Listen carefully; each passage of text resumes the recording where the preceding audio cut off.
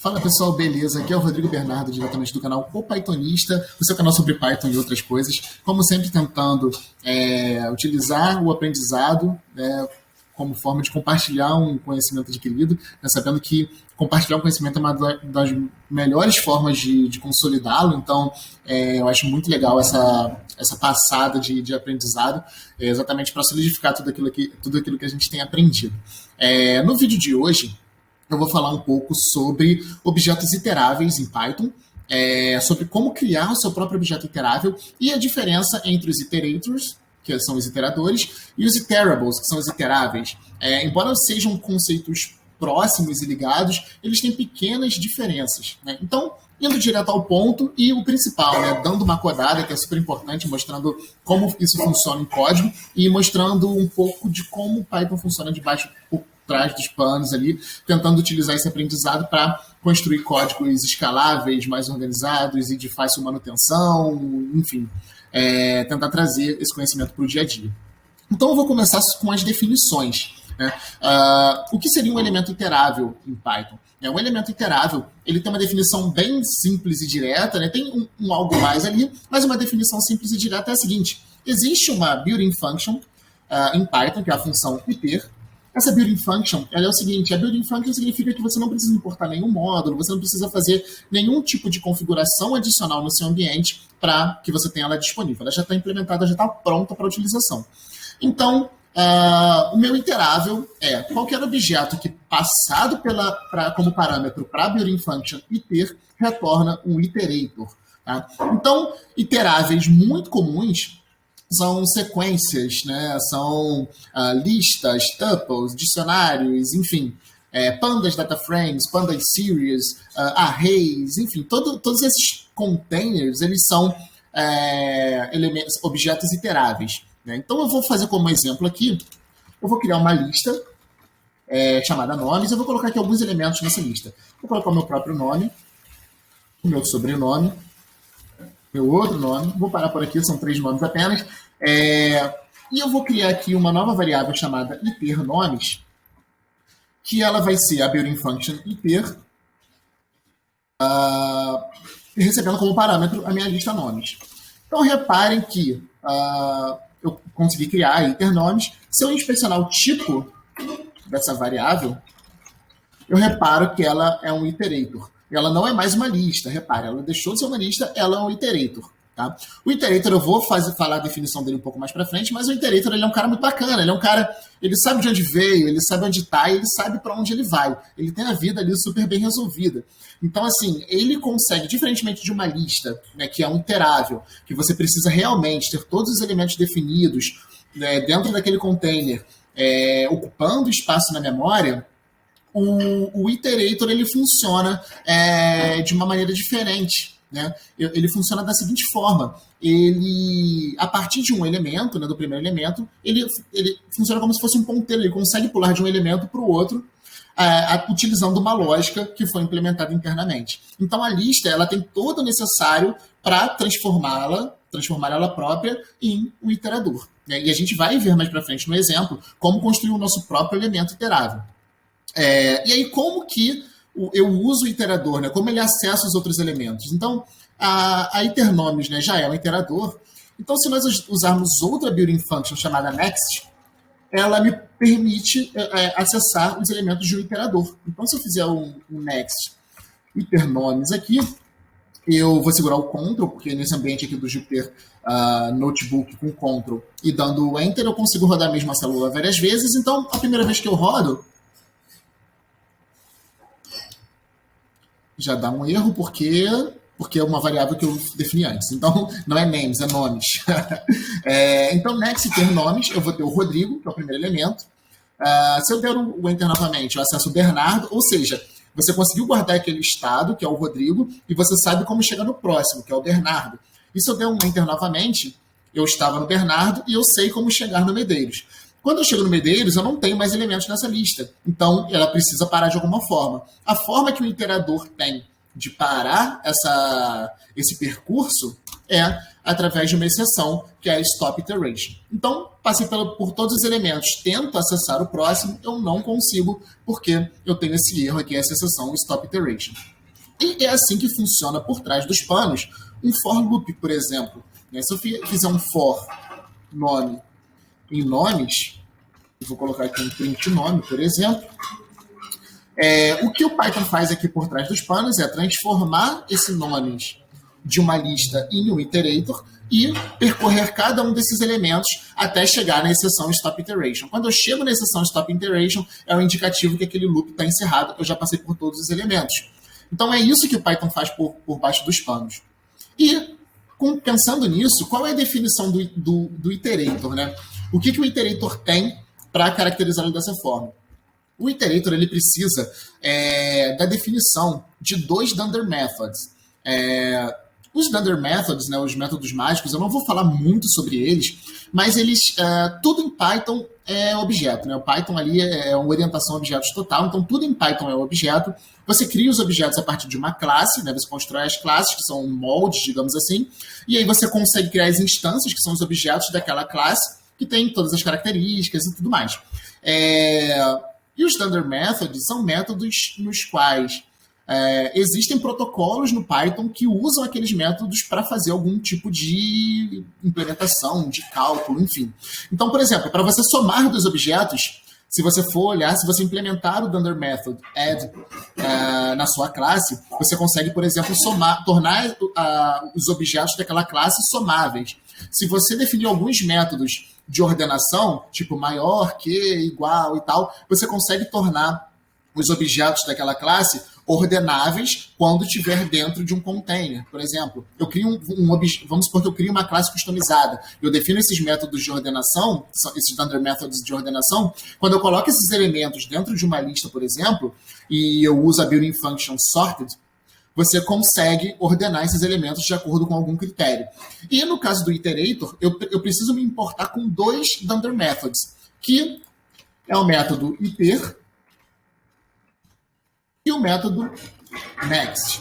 Eu vou dar um exemplo mais para frente da definição da classe, mas eu tenho que definir esses 2 métodos, né? Eles têm que ter uma implementação dentro deles e retornar objetos específicos para que isso funcione.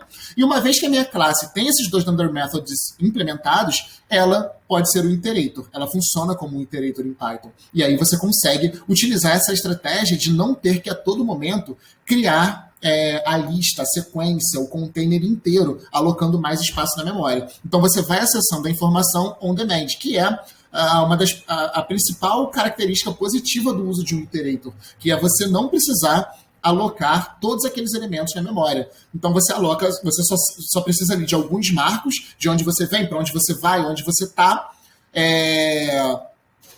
e aí você consegue acessar aquela informação uma por uma, e aí executar um cálculo, fazer algum tipo de análise. Então, se você aprende isso, você começa a enxergar diversas situações no seu dia a dia onde você pode fazer essa implementação, e isso pode tornar o seu código mais escalável, no ponto de vista que, por exemplo, se eu começo a aumentar muito a ordem de grandeza, né, do número de elementos, por exemplo, de uma lista, e a todo momento eu preciso replicar essa lista com algum tipo de transformação, começa a ficar impraticável do ponto de vista de alocação de memória. Então, o iterator se torna uma estratégia boa nesse tipo de caso, né? Então, essa que é o ponto principal positivo de um iterator, né? Então, qual é o protocolo, né, que o Python utiliza? A definição desses 2 métodos. O método iter, ele tem que ser um método que ele recebe o próprio objeto e retorna ele mesmo. E o next, ele recebe o próprio objeto, não recebe outros parâmetros, assim como o iter, e ele tem que ter uma implementação, uma lógica dentro dele, que permite, a partir de um estado atual, acessar o próximo estado daquele objeto, né, daquela sequência, e salvar aquele novo estado. Então, ele precisa ter essa implementação, ter essa lógica dentro dele. Tá bom? Então, essa é a definição. É uma definição muito simples. Iterável é um objeto que passa pela building function iter e retorna um iterador. O iterador é um objeto no qual a classe dele tem a implementação dos dunder methods iter e next. Se você tem isso, você tem um iterator. Se você tem um iterável que passa pela iter e retorna um iterator, você tem o objeto iterável. Então, a definição é muito simples. E aí, vamos para um exemplo prático. O exemplo que eu trouxe aqui é um exemplo simples, mas que depois que você vê, você começa a abrir a caixinha ali do novo conhecimento e você começa a observar uma série de situações no seu dia a dia onde você pode aplicar essa definição. Então, eu postulei um problema que é o seguinte, eu tenho uma lista de números inteiros, onde eu tenho um valor limite máximo. Então, por exemplo, eu tenho um max value, vou colocar aqui 5, por exemplo, e aí eu tenho uma lista source, que é criada a partir desse valor máximo. Então, essa minha lista source, que eu vou chamar de numbers, ela vai ser uma lista, vai ser um range, que é uma função que ela cria um iterator. Olha, o Python usa iterator em tudo que é canto, tá? Então, o range é um iterator. Então, o range ele não cria a lista completa da forma que eu vou fazer aqui. Por isso que ainda tem que passar pela built-in function list para transformar aquele iterator numa lista, de fato. Então, quando eu faço um range max value, o que eu faço? Eu vou criar um iterator, né, um iterador, que ele vai saber ir de 0 até 4, né, porque o 5 é exclusivo, e eu pego isso e eu transformo numa lista de fato. Então, se eu rodar essa célula aqui, eu vou ter aqui a minha lista numbers, que vai aqui 0, 1, 2, 3, 4. Show de bola, perfeito. Eu vou definir agora a minha squared numbers, que são os meus números ao quadrado. Para isso, eu posso usar uma função, eu posso usar um for loop. Aqui eu vou usar o list comprehension, que é o que eu gosto mais de fazer.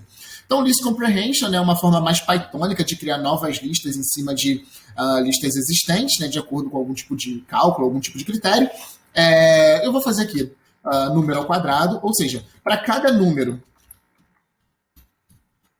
em numbers, eu vou alocar nessa nova lista esse valor ao quadrado. Quando eu rodar essa célula e dar uma inspecionada no valor dela, eu tenho aqui a lista dos valores ao quadrado, 0, 1, 4, 9, 16. E aqui que está o pulo do gato. E aí, com essa lista criada, por exemplo, eu faço for number in squared numbers, eu vou fazer um print number. Poderia ser qualquer outro tipo de cálculo aqui. Eu estou colocando print só para falar que eu preciso primeiro elevar os elementos ao quadrado para depois fazer um outro cálculo. Eu teria aqui o 0, 1, 4, 9 e 16. Eu não tenho 25 porque o 5 é exclusivo. Então, resolvi meu problema, show de bola. Só que, esse que está o grande pulo do gato, né? Eu tenho a minha lista source, que é a minha lista aqui já montada, já criada, de 0 a 4. Eu tive que criar uma nova lista, que é a lista com os valores, alocando os valores ao quadrado, e daí sim eu faço o meu cálculo. Então, qual que é a etapa que a gente vai atacar aqui? Na verdade, eu poderia atacar 2 etapas. Primeiro, eu não precisaria transformar esse cara em lista para fazer o loop, porque eu consigo fazer um for loop em cima de um iterator. E o meu range, max value, gera um iterator. Então aqui eu já não precisaria alocar uma lista completa na memória. E no caso da square numbers, que é onde eu vou criar o nosso próprio objeto iterável, o nosso próprio iterator, que eu vou definir uma classe que ele vai conseguir executar esse cálculo e vai conseguir acessar o próximo elemento e vai saber quando parar. Então, é isso que eu vou atacar aqui, né? Que é exatamente nesse exemplo. Aqui, eu vou criar uma classe, que é a squared numbers. Essa classe ela não herda de nada, eu poderia colocar um object aqui só para constar. Eu vou definir um dunder method, que é o método para inicializar essa classe. Esse método recebe o próprio objeto e vai receber também o max value. Tá? Perfeito. Eu preciso alocar esse valor de max value como um atributo. Então, eu faço essa definição. E no caso, como eu estou desenvolvendo um iterator, eu preciso começar a minha iteração de algum lugar, porque eu vou implementar a lógica de como acessar os outros elementos. Então, tem que começar do início, né? No meu caso aqui, eu sei que eu vou começar do zero. O zero vai ser sempre o meu primeiro elemento, porque a range que eu defini lá em cima, como exemplo, ela sempre vai começar de zero. Então, nesse caso aqui do square numbers, eu vou fazer isso, eu vou começar do zero e eu vou implementar em algum lugar como eu passo de um elemento para o outro. Tá? Como a definição do iterator me diz, eu tenho que definir o método iter, que é um dunder method. Ele não recebe outro parâmetro, ele só recebe o próprio objeto e ele simplesmente retorna o objeto iterável. Porque uma vez que eu defino os dunder methods nessa classe, essa classe é um iterator e ela retorna esse iterador. Então, esse cara aqui já me matou. né, o def_ter, ele vai retornar o próprio objeto. Eu não preciso fazer nenhuma implementação mirabolante aqui dentro. Eu preciso fazer uma implementação um pouco mais pensada no método next. O método next, ele é o método chamado quando eu faço a building function next. Então, quando eu faço next e passo o objeto como parâmetro, o que acontece, na verdade, o que o Python faz, na verdade, é rodar esse dunder method aqui. Esse dunder method, ele recebe o próprio objeto, também não recebe outro parâmetro, e aqui eu preciso implementar a lógica de como eu passo de um elemento para o outro e como eu atualizo o status daquele objeto. Então, se eu estou em 0, eu tenho que saber como passar para 1 e falar que aquele estado atual é 1, como passar para 2, no caso, e retornar o valor ao quadrado, passar para o 3, eu tenho que fazer essa implementação aqui dentro. E eu tenho um limite, que é o meu max value.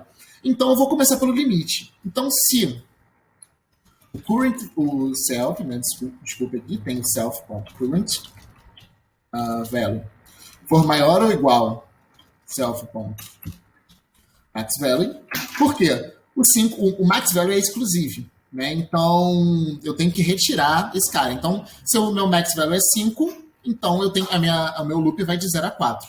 Então, quando isso acontece, assim como eu fiz no exemplo acima, quando eu dei os vários next na lista de nomes, o que eu tenho aqui? Uma exceção, que é a stop iteration. Já tem aqui pra gente no completando aqui. Fechou. Então, quando o current value ele passa do meu limite, ele vai mandar uma exceção para a gente, que é a stop iteration. O que eu faço aqui agora? Eu tenho o squared current value, que vai ser igual ao self.current value, ao quadrado, porque esse aqui é o meu valor calculado naquele momento, né? Eu começo do 0. Então, eu preciso do 0 ao quadrado e eu preciso atualizar o status. Como é que eu atualizo o status? Self.current value mais igual a 1. Ou seja, quando eu chamar a função next pela primeira vez, o que ele vai fazer? Vai me retornar 0, porque 0 ao quadrado, e ele vai atualizar o estado daquele objeto para 1. Falar, o próximo cara é 1. Então, vamos lá. A próxima vez que eu chamar next é 1 ao quadrado, não é mais 0 ao quadrado. E aqui eu preciso retornar o squared current value. Então, com isso aqui eu consigo matar. Eu salvei aqui o valor do self.current value ao quadrado. No primeiro ponto é 0, por exemplo, 0 ao quadrado 0. Vai atualizar para 1. Eu retorno esse valor aqui. Então, eu vou sabendo next, ou seja, 0 ao quadrado, passei para 1. A próxima vez que eu chamo next, 1 ao quadrado, passa para 2. E por aí vai. Quando eu chegar no 5, ele vai falar, olha, acabou a sequência, no caso do meu max value igual a 5, acabou a sequência, então, stop iteration. Então, vamos fazer isso aqui. Quando eu rodo essa célula, não deu erro, graças a Deus, está tudo implementado certinho. E aí vamos fazer o seguinte, eu quero criar uma variável aqui que é iter squared numbers, que vai ser a minha classe squared numbers, e eu vou passar o max value 5. Tá? Então, fiz isso aqui. Esse cara, por ter essas definições, é um iterator. Né? Então, se eu aplicar a função next nele, olha que interessante. Segurar o CTRL aqui para ela rodar várias vezes.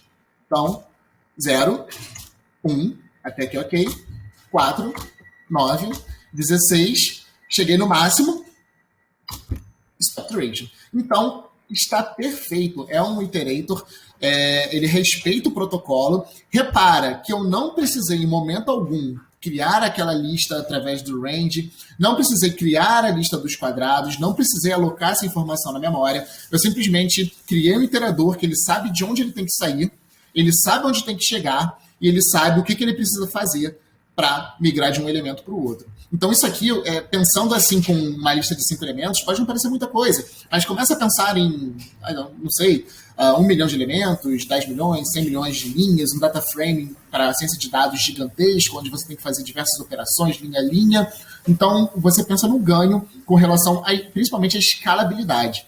Tá? Então, esse foi o exemplo, que embora simples, mas que trouxe bastante informação para a gente sobre iteradores, né?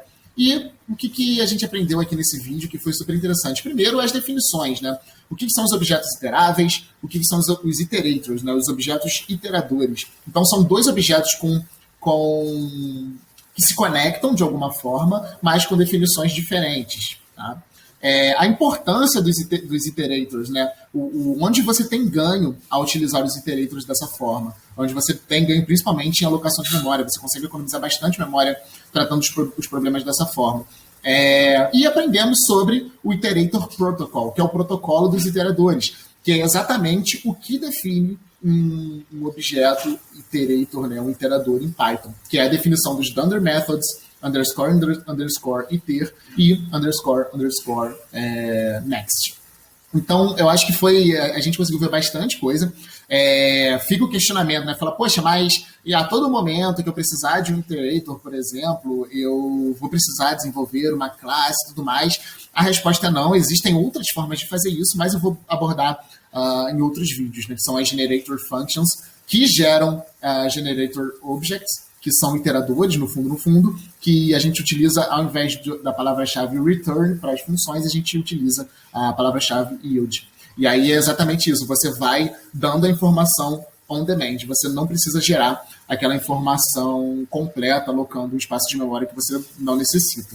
Então, pessoal, vou finalizar o vídeo por aqui, porque ficou até um vídeo um pouco longo, um pouco mais longo do que eu pensei em fazer, mas conforme eu fui falando, as coisas foram surgindo, né? A gravação é contínua, não tem cortes, não tem nada, então, assim, eu estou indo realmente a partir de um roteiro, claro, mas pensando ali algumas coisas diferentes para comentar enquanto eu vou falando. Espero que vocês tenham gostado. Se vocês gostarem, dê um like no vídeo, siga o nosso canal e clica no sininho, porque sempre que eu divulgar vídeos novos, né, a ideia é que eu faça vídeos semanalmente, então sempre que tiver um vídeo novo, vocês vão ser ali os primeiros a saberem e dar aquela moral lá assistindo o vídeo. E a ideia do canal é essa, é falar principalmente sobre Python, sobre como entender algumas estruturas em Python mais profundamente para a gente ir além. Isso eu falo de vocês e falo de mim, porque eu estou estudando diariamente, né? Então a minha ideia é entender cada vez mais profundamente a linguagem, e aí com isso você consegue construir qualquer coisa. Né? Se você vai pegar um framework novo, vai pegar um Django, vai pegar um Flask, você entendendo como todas essas coisas se conectam e funcionam, você consegue entender o funcionamento e o desenvolvimento de todas essas coisas que são um pouco mais alto nível, baseadas na linguagem Python. Beleza, pessoal? Então, um grande abraço, valeu, tchau, tchau.